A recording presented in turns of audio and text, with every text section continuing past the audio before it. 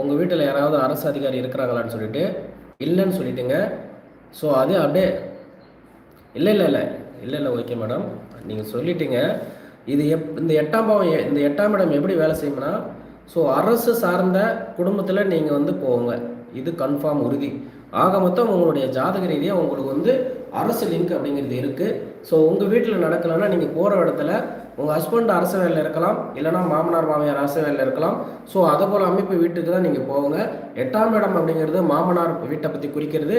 மாமனார் வீடு அப்படிங்கிறது நல்லா சூப்பராக இருக்குது. அதனால தான் சூரியன் குரு சனி செவ்வாய் அப்படிங்கிறது, இந்த சூரியன் போய் எட்டாம் வீட்டில் இருந்ததுனால உங்களுக்கு உங்கள் வீட்டில் கிடைக்கக்கூடிய அரசு வேலை ஸோ மாமனார் வீட்டில் கிடைச்சிருக்குது.